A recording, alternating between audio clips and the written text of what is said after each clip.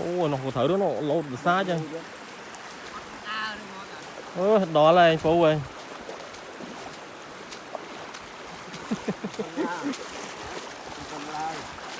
Bị cuốn đó ngay. Ồ. Cho mình khắp đi từ thường mày.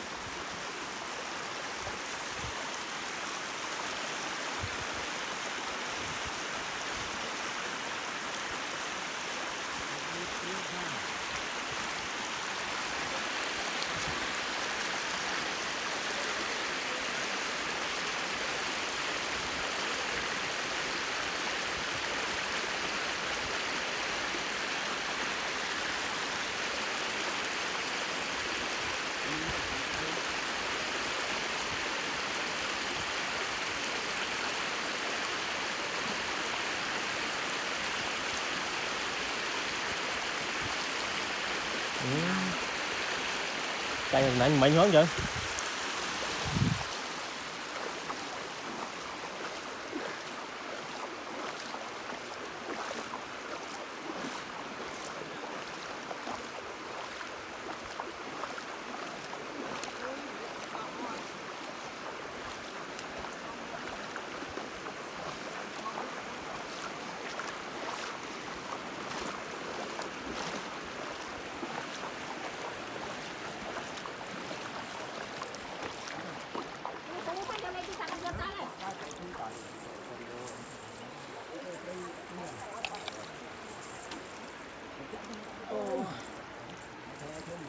làm này chọc bò thì bây giờ vào đây chọc bà này đọt rồi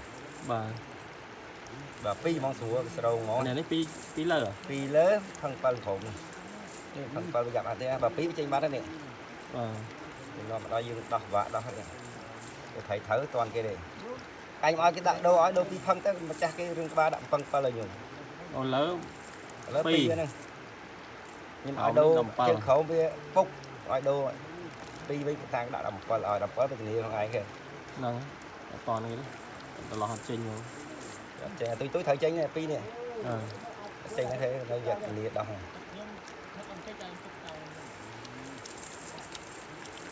đây tôi như ta bà ra nè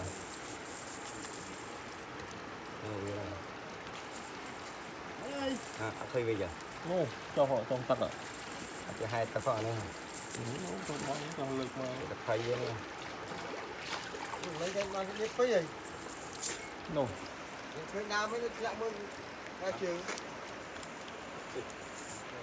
nó mới lúc lang máu giống thầy sắp ôi chứ nó thầy đặt đi máu sâu ta cọ máu đã thùng còn nhảy đấy anh ấy đặt ra ngon bán này ấy cho bà dương là ha đây thùng đây à thùng đây chọt vào còn thùng đây còn lấy giờ thấy thùng ngon hơn chuẩn bị tụi anh không có giờ làm giàu phải mò khăn thức là miền thấy tuổi này ô miền này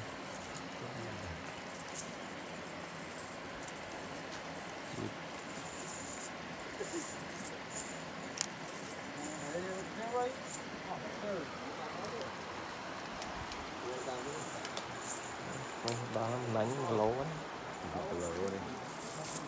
thấy những chở thế nào mà cái lố à và tôi đâu không đây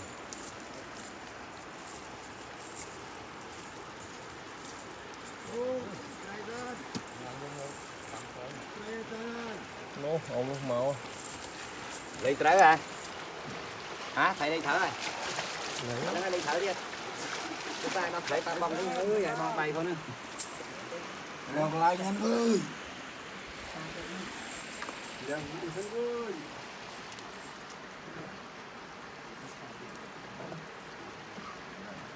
Lọt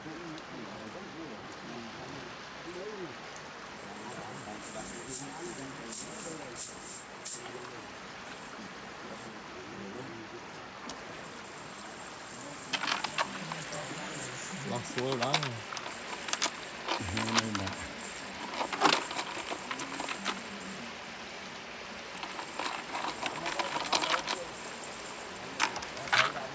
thấy cái thở đó này không Tâm trai đó. Giúp mình trai nè. mà tao vô đã Anh đi nghe chưa? Đi rồi. Anh đi giúp thầy thầy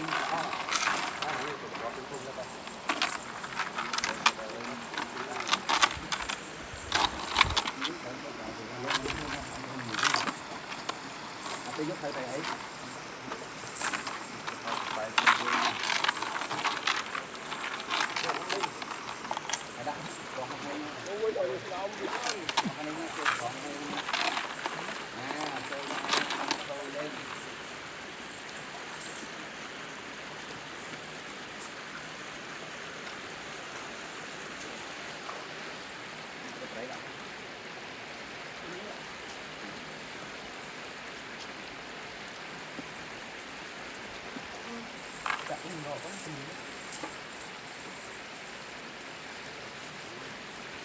Rồi.